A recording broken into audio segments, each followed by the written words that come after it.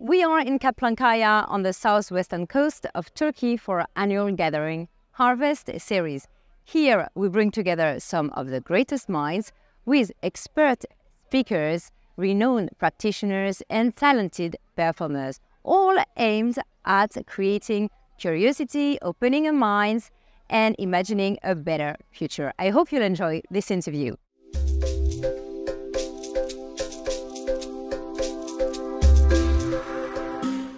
Dr. Shefali is a clinical psychologist, author of The Parenting Map, the book Step-by-Step Solutions to Consciously Create the Ultimate Parent-Child Relationship. We are very lucky to have Dr. Shefali with us at Harvest today, and we're going to talk about how to empower our children and the parents who raise the children.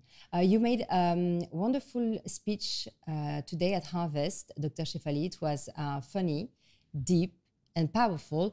And it seems like if we want to raise our children properly, we need to get rid of someone. And, and this someone is the ego. Right. Ego is terrible. Well, it's not terrible. It's natural to have one because it protects us against the pain of not feeling that we could be accepted in childhood. So we create the ego out of survival. So it's not terrible. It's terrible when we act as if we don't have one, when we allow it to rule us without making conscious choices, when we don't recognize it when it shows up in our relationships, when we are seduced by it and we believe it.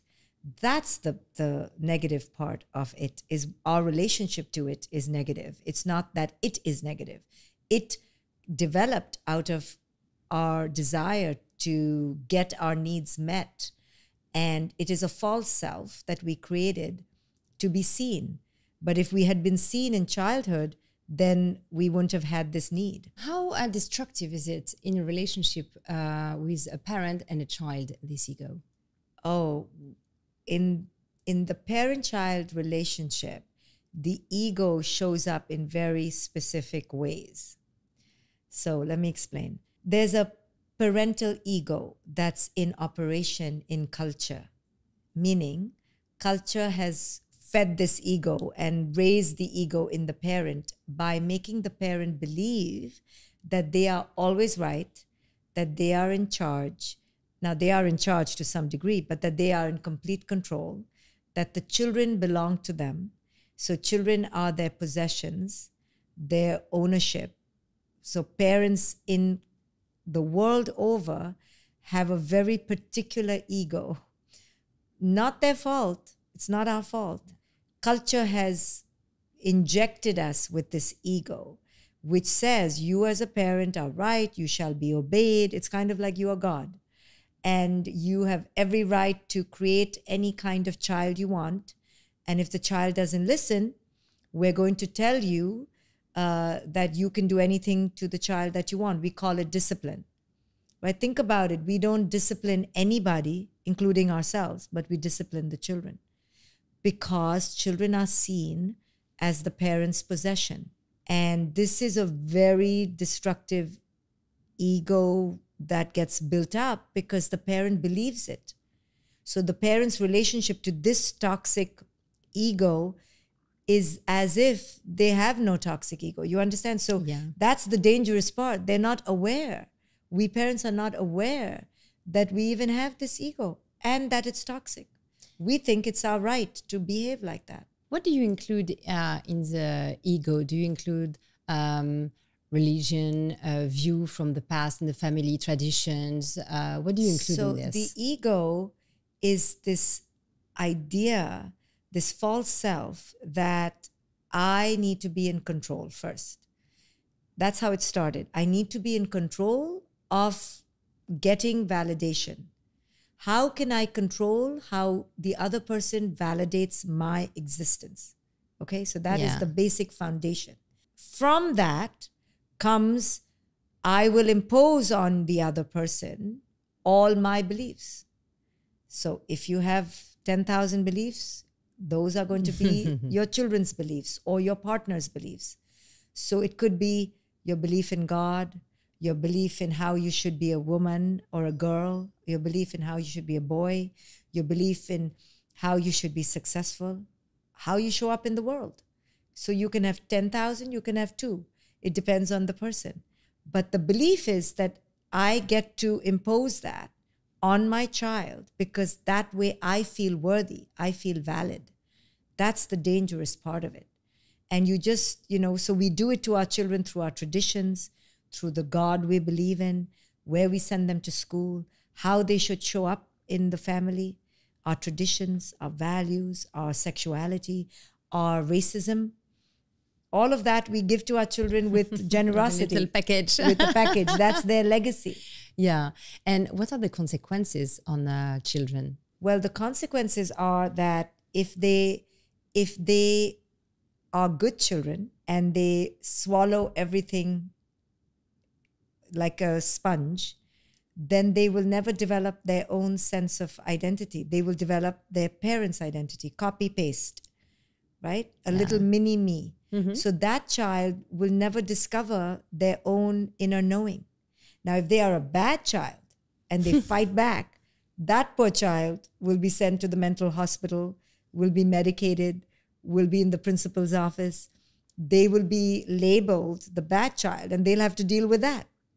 So either way, it's not good. Okay. And what happens if the parents have 2 very different egos? Because sometimes you marry someone and yes, you don't realize you're going to be very different as a parent. Yes. And what's happening on the child. Right. So 2 unconscious egos is not a good thing. Even worse, I guess. Or no? Yes. Or can it develop a critical thinking on the child? Oh, yeah. It could. If he sees 2 crazy parents then and they both are fighting with each other, maybe that's helpful because they're like, But it's ultimately not a good thing, right? So then parents ask me, well, what if only I'm conscious? And what if my partner is not? Yeah. And I say, at least you're conscious. So isn't that amazing? At least one better conscious parent than 0. So I always say, it's okay. You don't need your partner to wake up. You can begin to wake up and be a different safe harbor for your child. Better than 2 unconscious parents. Yeah, but then the relationship, I guess, in the couple is going to be tough. Then it's going to be a problem in the relationship. I always tell people who come to my courses, this is the fine print. Yeah. Be careful. Your relationship may suffer.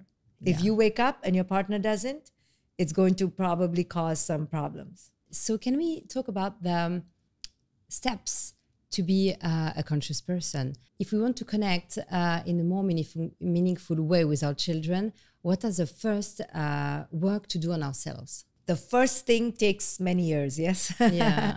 So it's not a quick thing. Okay. So the first thing is the hardest?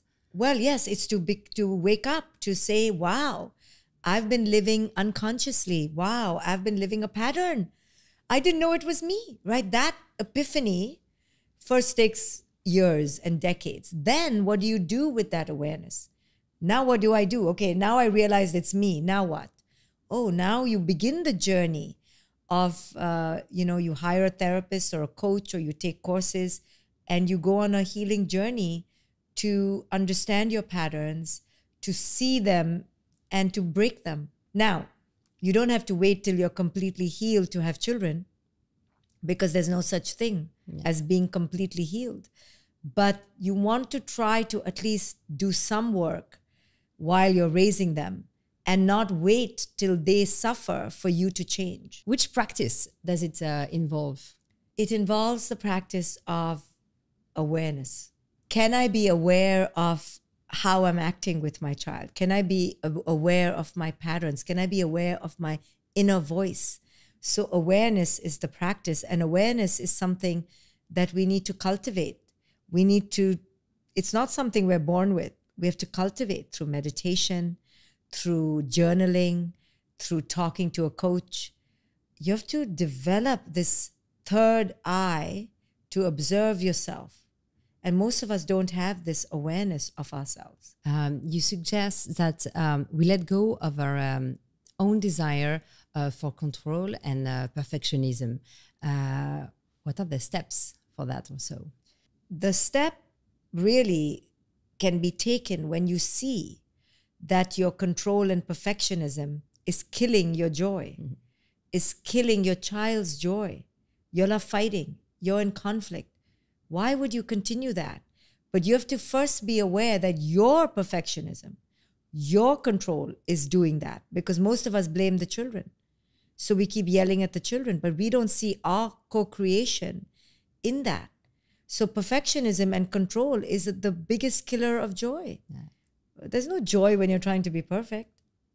Is there a way to develop empathy to the children? The way to develop empathy with our children is to have empathy for ourselves. The reason we don't have empathy for our children. So typically, right, I'm talking typically, we say men or males have less empathy, right? Yeah. And females have more. Well, there's a reason for that. We're wired differently and we're conditioned differently. So males typically are already wired to be more aggressive and compartmentalized. That's their biological wiring. But they're conditioned by culture to detach from their feelings. Males are not typically conditioned to cry, to be in touch with their feelings. So because they are not in touch with their feelings, it's very hard for them to be in touch with a child's feelings or a female's feelings. Females are more conditioned to be in touch with our feelings. We are allowed to cry. So because we are in touch with our feelings, we're more empathic. Plus, we're wired to be more connected as well. So the way to develop empathy really is to have empathy for ourselves. And that's why I say to parents, you will realize that you are harming your child only when you get in touch with how you were harmed as a child. So how did you realize how you were harmed by your children? Because usually, most of the time, not always, but sometimes it can happen. Like, I have an exceptional relationship with my parents. I love them. And you would feel a bit guilty to question them even. Yes. We all, I say, have this naive idealism about our childhood. Oh, my childhood was amazing. My parents really loved me. Yes, that's true. And there's another story. And we need to go into the depths of how we were conditioned, how we were brainwashed. Even if we were with the most loving parents, we were brainwashed and we were disconnected from our inner truth. And we almost feel like we are being ungrateful to our parents or so evil to discover parts of our childhood that were not so conscious. But that's okay. It's okay to tell the truth about your childhood. There's no need to protect our parents. We're not being evil or ungrateful or revengeful if we talk about the truth of our childhood or about culture. You know, it's like in the US when the US citizens didn't want to go to war in Iraq, the government said we were not being patriotic. It's like that. No, we're just being critical. And being critical thinkers is not the same as criticizing. It's just being critical, having critical thinking. But we don't want critical thinkers because that means we have to look at ourselves. It's okay to look at our childhood and be critical of the way we were raised without being criticizing. We're not shaming our parents. We're not blaming our parents. They were raised in the same way. So there's nobody to blame. But there's a lot to understand. And we owe it to ourselves to understand, right? The other day I wrote to my mother, I said, you were the best mother and yeah, I can never be like you because she is phenomenal. But then I was critical. And I said, okay, I'm not criticizing you, but you didn't teach me these things. And I told her, thanks to you, I've had a hard time. And so she was like, it's okay to have a little hard time. It's okay. So she was funny about it. And and it's right. I cannot have a perfect, there's no such thing. I will have some holes in my development and it's up to me to develop that. So I told her I'm developing myself and I'll raise my daughter differently. So every generation has to do slightly better. That's all we can do. What do you think of active listening? How can you put that in place with the children? Yes, it would be lovely if we could listen to our children. That active listening can only occur in any relationship where you believe there is something to listen to. You believe the other person can teach me something. With children, we don't believe they have anything to teach us. Only we have to teach them. That's why we don't listen to our children. And in all my books, I write that children are our greatest awakeners. Yeah. Because they are magnificent. That's true. Yeah. They are magnificent at being pure, Yeah. unconditioned. They tell it like it is. They are in the moment. They are not about a facade or a mask. They don't care how they look. They are amazing. But they're only amazing for a few, like 6-7 years, because then they get conditioned. So if we can learn from them when they are pure, wow, we will change our lives. I changed my life because of my child. But most of us don't listen. We spend the first 6 years training them to be adults like us and conditioned like us. How did your child made you change? Because you were not like this before. No, I thought I was, but I really wasn't. I was very controlling. I had an agenda, and I didn't think I was controlling. You know, that's the thing. I was a meditator. I was learning psychology. I thought I was like going to be the best parent. And I ended up being an average controlling parent. And it upset me because I didn't expect it. I didn't expect myself to be so full of ego. Yeah. But that was my wake-up call. And my child I allowed my child to lead the way, to show me where I was still in ego. But see, I was willing. Most parents are not willing to let the child teach them. I looked in the mirror that my child reflected back, and I saw my shadow. But most people don't look at children as a mirror. They just look at the child as a puppet. What's a sign young child, 4 years old child, is being repressed or controlled? A very good child, typically, yes, is a controlled child. Okay. Children should not be very good. They should That's good to know.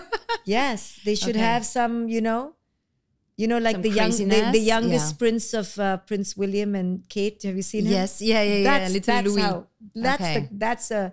That's a normal, healthy child. Now, I'm not saying the others are not normal or healthy. Yeah. I'm just saying when we try to raise these, little dolls and soldiers, it's not a good thing. We want some life, and children should be natural and spontaneous, and they shouldn't be in this suit and, in this ballerina outfit. Children should be who children are. Children by nature are messy, untidy. They're kind of lazy. They protest. They're naughty. They're a little sneaky. They're up to mischief. Then they hide it. Then they lie. That's their cute spirit. They're dirty. Okay. They want to play. They don't want to go to bed. They don't want to sit. They don't want to listen because they're wild. That's their nature. But that's their beauty. And we should allow them to stay wild as long as we can. But we still need to raise them, to educate them, to give them chances to be able to integrate in the society. Yes, they will. But you can still... The degree that we tame them is too much. They can still have a lot of wild and still be okay in society. Okay, because if you don't teach a child the manners, the table manners, for example, he will never, probably never pick up by himself. You are French, so you are very into your table manners. Yeah. But it's really not that important, really. It's just what the child is going to eat the whole pineapple. No, eventually they learn, right? All children learn to go to the bathroom. All children learn to go to sleep.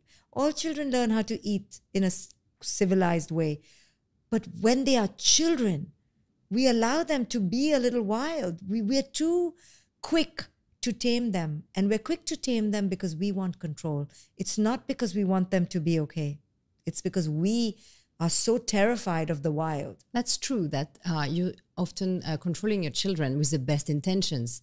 Sometimes you think you have good intentions because you want them to be super smart, to learn Chinese, to be the best at math and everything, because you think later they will say thank you. But it's coming from our agenda because we haven't yet awakened to the fact that all this can be a whole load of crap.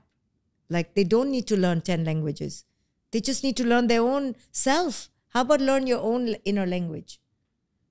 Yeah. You understand? Like we didn't live like this where we learn Russian and Chinese and Turkish and Arabic and Hindi. No, we just learn like to talk to the next door neighbor. How about that?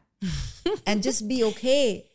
And I mean, no harm in learning other languages, but I think we do it with this agenda and this delusion that you will be better, a better human if you speak 10 languages. And no, you will not be a better human. Yeah, or you want to give more chances. You want them to have more chances later. For what? For choosing their job, their... no. Yeah, but how much choice? The problem is we have too much choice. Yeah, that's... Yeah. We've overcomplicated life because we are filled with inner lack. So we want to be amazing with what we think is amazing. And it's only because we're not okay with who we are. Mm-hmm. We don't need all this extra. We've created such complications. But listen, if we're an adult and creating complications, no problem. Do it to yourself. Don't do it in the sacred window of life called childhood. The sacred window, we only have one sacred window, and that's childhood. And we are robbing our children of childhood to make sure that they will be happy in adulthood, but they're miserable in childhood. Yeah. But I find it very difficult in a very competitive world to let go, to let them free and go. It's only when the parent is awakened to realize that this competitive world is a world of bullshit. I mean, you have to just say about it. Yeah, wow. But you don't buy into it. You cannot subscribe to it. You cannot play the game. Or you play the game knowing it's a game. But don't be seduced that this is the only way. But that's why we've ruined our world, because we think that is the only way. That is not the only way. You don't have to raise a superstar in the traditional way. You raise a child who knows who it is they are and who is comfortable in their skin. And from that child can be the genius or a superstar or a gardener in their own garden or raising fruit. Yeah. What are we chasing? Also be average, no? Or you mentioned being average. Yeah, that's okay to be average. Yeah. But we all are average. We think if we have money, we're not average. We are very average. Yeah. All the presidents are average. They're just good at one thing, maybe. Or they had privilege. Or they had luck and opportunity. Doesn't mean that the villager in Guatemala is not as also bright. Or as... No, we have this illusion that because we have money or because we have status, we're not average. At our core, we're all just average. Yeah. Somebody is extra talented here. Somebody grew up in a wealthy family. Somebody had privilege. I mean, let's not forget the role of privilege in creating superstars. Okay? So most superstars you see today had people who they climbed on. Yes? Yeah. So the villager in Guatemala or in a village in India may be as bright, as much of potential. They just didn't have the opportunity. But let's not get seduced by what we see on the outside. And when you see your child as passion for something, how do you push him to listen to his own passion, own taste? Yes. Like if he likes something, or your child, you see she's very good at painting, or she's not amazing, but she likes it and she spends quite some time into painting. Yes, you see, the thing is, when we say we want to allow our children to follow their passion, we are lying, because what we really want is them to become amazing at the passion in the real world. Yeah. So the child is happy dancing at home, but no, we'll put them in a class. The child is happy painting at home, but we'll send them to the museum to take classes with some fancy painter. Yeah. So Tiger Mom, we have to be careful. Mm-hmm. Most of the time we rob our children of their passion because we structure the passion into competition. Yeah. Do you think there's too much pressure, like find your passion? And, yes. Find your passion, which really means, can you be good at something? Yeah. So you can be successful, right? Yeah. We're not honest about. What are we scared about? Being average, being ordinary. Okay. We think that means we are insignificant, because at our core, we're not okay just being okay. We were never given the message, just be average, just be a human having a lovely human experience.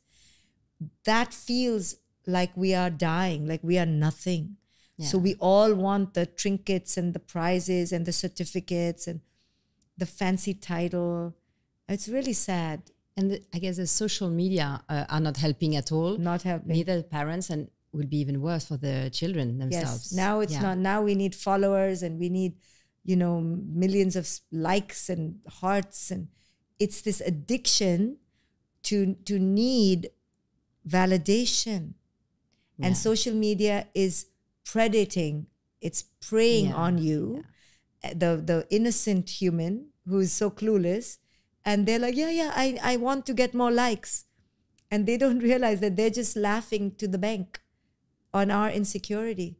And we are feeding our children and ourselves this idea that we need to become secure through these ways. And we keep feeding it. Mm-hmm.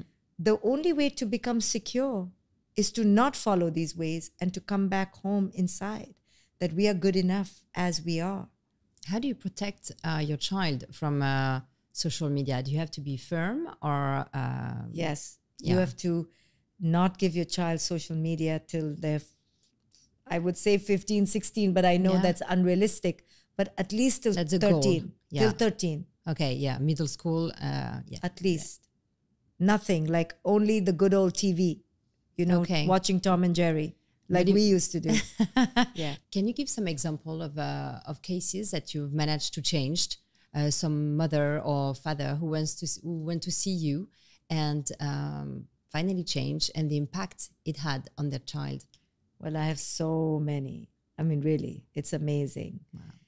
Because they read the books, they take my courses. I have a coaching institute. They come to my coaching institute only to coach themselves, to change their lives. Through that transformation, like in that book, the whole section 3 is tips for changing the child. But part 1 and 2 is changing yourself. Yeah.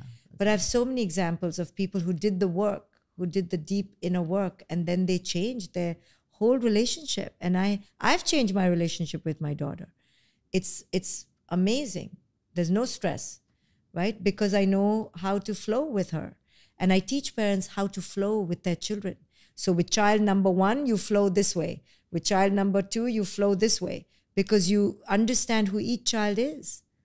And it's not like you create a bubble for each child. No. But you understand each child's nature. Oh, this child can handle competition. This child is an introvert. This child is a dreamer. When you understand the child's essence, and I teach that in this book, then you flow with each child. Yeah. Rather than you push every child to become one way. Mm-hmm. You're going to do a workshop at Harvest. What are the first thing you tell to the parents? That they have been told 3 lies.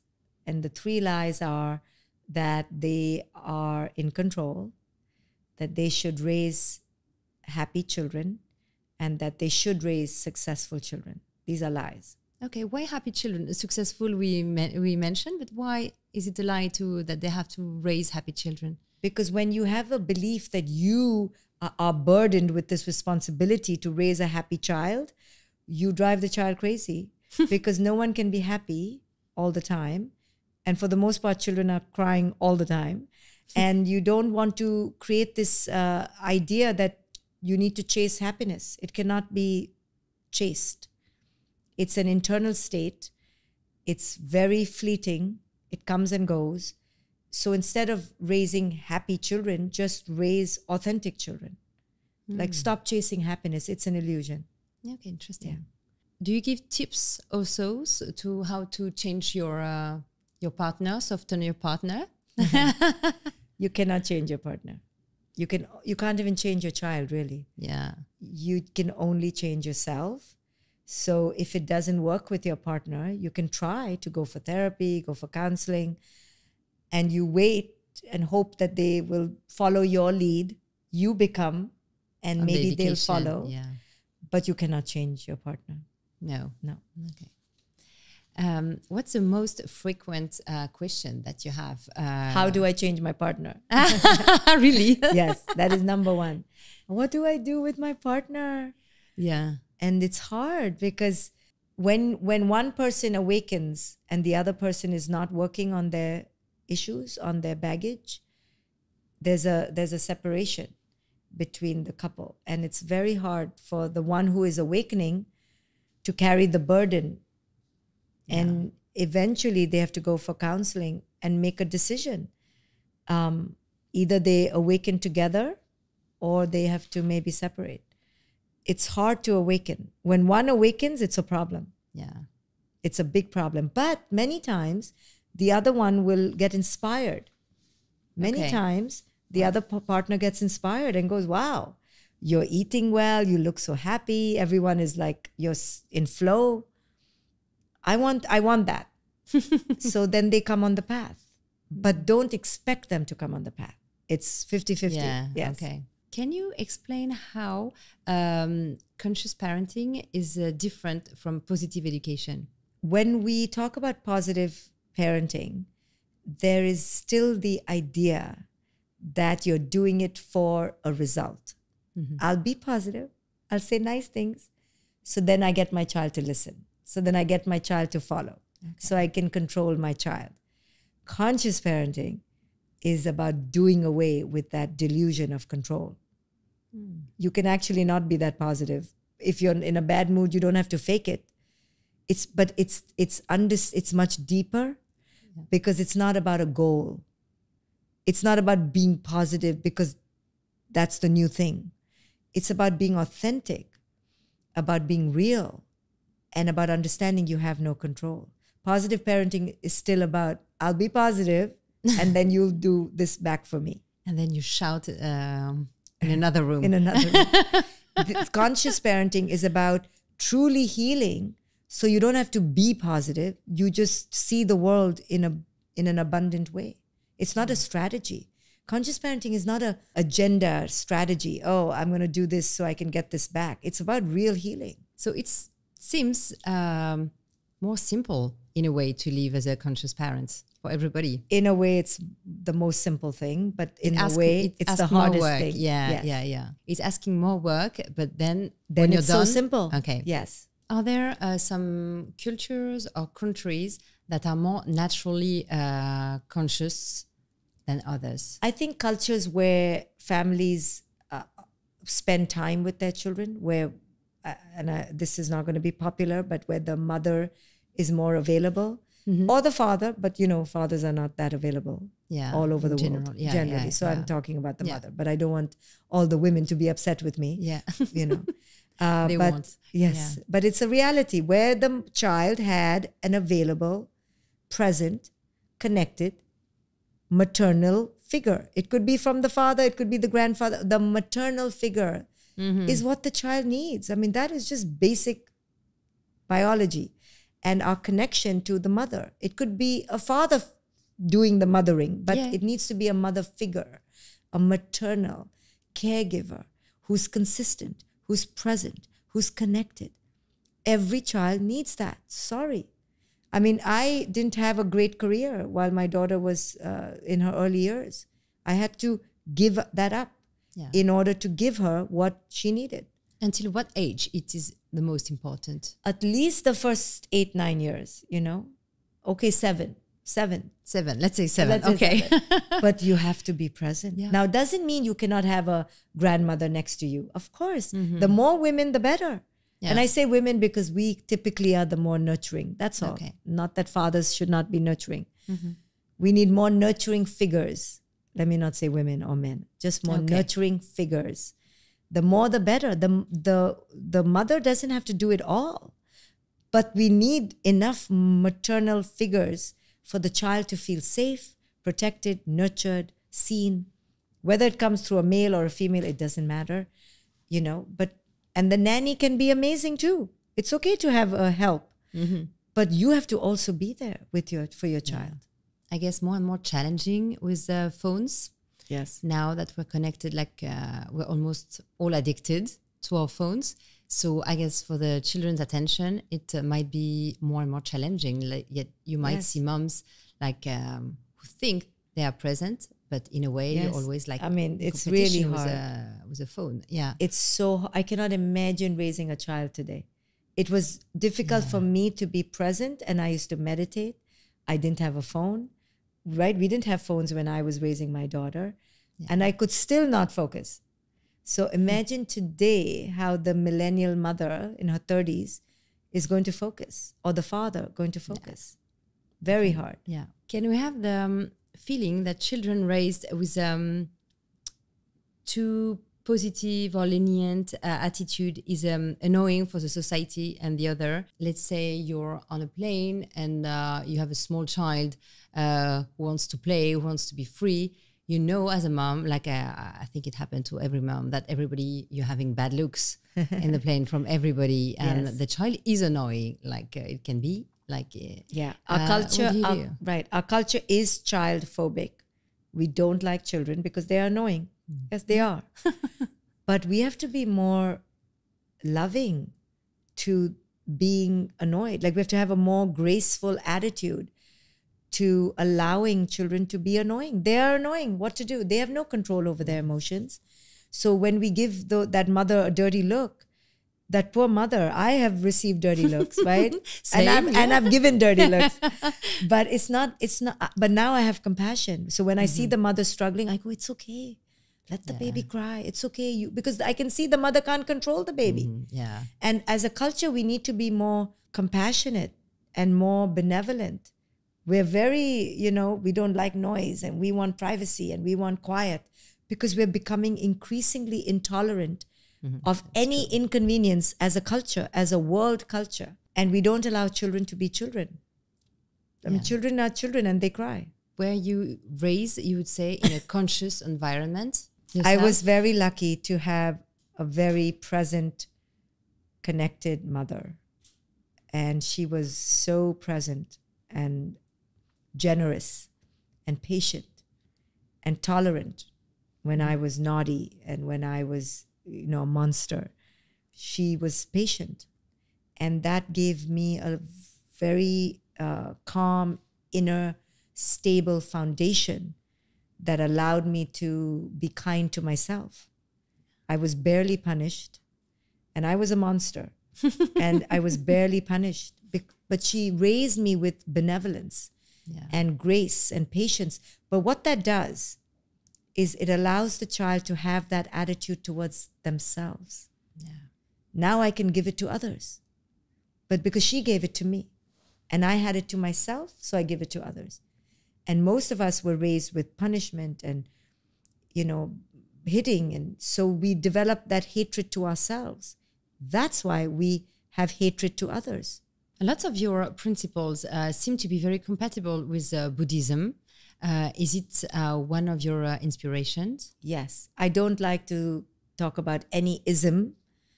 I don't like to say that I'm any one thing.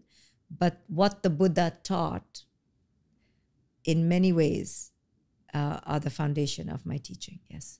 After you became a mindful mother, how long did it take to see the positive impact on your child? Right away. Right away. Right away. So imagine right now, if my child has a tantrum, but I'm in a state of peace and abundance, right now I can change the dynamic. And yesterday I couldn't.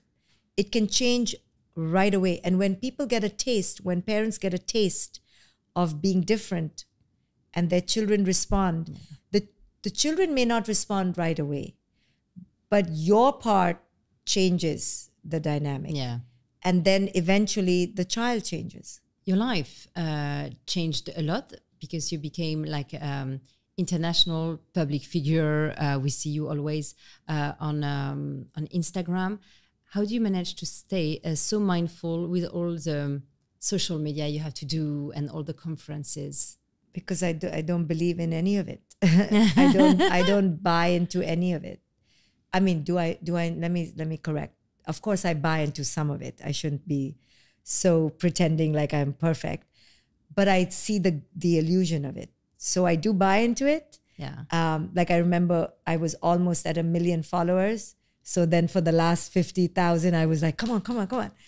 And the minute I hit the 1 million, I realized how stupid you are. But I did buy into it. So I'm not going to pretend I'm holier than thou. So I do catch myself buying into it, but I can quickly come back out. Well done. Yes. And now I don't look at it at all. Really? Yes, okay. Because once I got the 1 million, it did not change my life. I did not become happier. I didn't even become richer.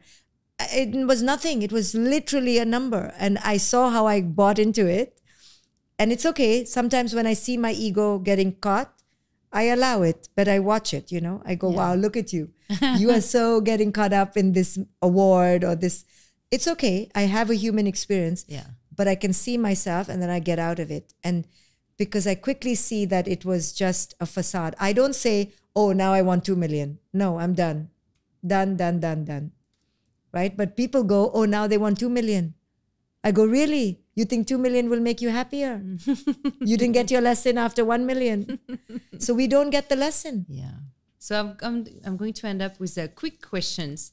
Some will be silly, some even more silly. Okay. I like it. So how do I get on board my mother-in-law who, when I try to be a conscious parent, raises her eyebrows thinking I'm lacking authority and raising a big loser? You have to understand your mother-in-law that she was raised in a very controlling way, and then don't invite her over so much. But if she gives free babysitting, then deal with the eyebrow, right? I'm working from home. What are the keys to manage to be productive and answer to my children's need at the same time? You'll have to stay up at night when they sleep. You'll have to be flexible because children need you when they need you. So you have to balance it, but there's no such thing as balance. I don't know how to say no. I always end up saying, okay, for this time. Is it bad? Yeah, I was that parent. I had really bad boundaries. It's not bad, but it's an invitation for you to realize that you have a hard time saying no. And many women who are super empathic women who lack boundaries have a hard time saying no. And they need to realize it's not because they're being nice. It's because they have a hard time saying no. And they are fixers. They're typically parents who are fixers. And I talk about different styles. And the fixer parent is somebody who has a hard time saying no. And they want to solve the problem and give in and say yes and be a people pleaser. So that parent needs to look at that style. So I saw myself when I was a parent. My daughter, by the age of 4 or 5, I remember her telling her best friend, don't worry, my mother's saying no now, but we just keep asking, she's going to say yes. She figured me out. And she, even till today, she goes, Mom, you're going to say yes. So why are you even pretending to say no? And I'm like, I'm going to say no. I always give in because I have terrible boundaries. But I know that about myself and I laugh at myself and I work on it. So it's an opportunity to see your issues. Also, the person who never says yes has a problem too. Yeah. So it's a play. You figure yourself out.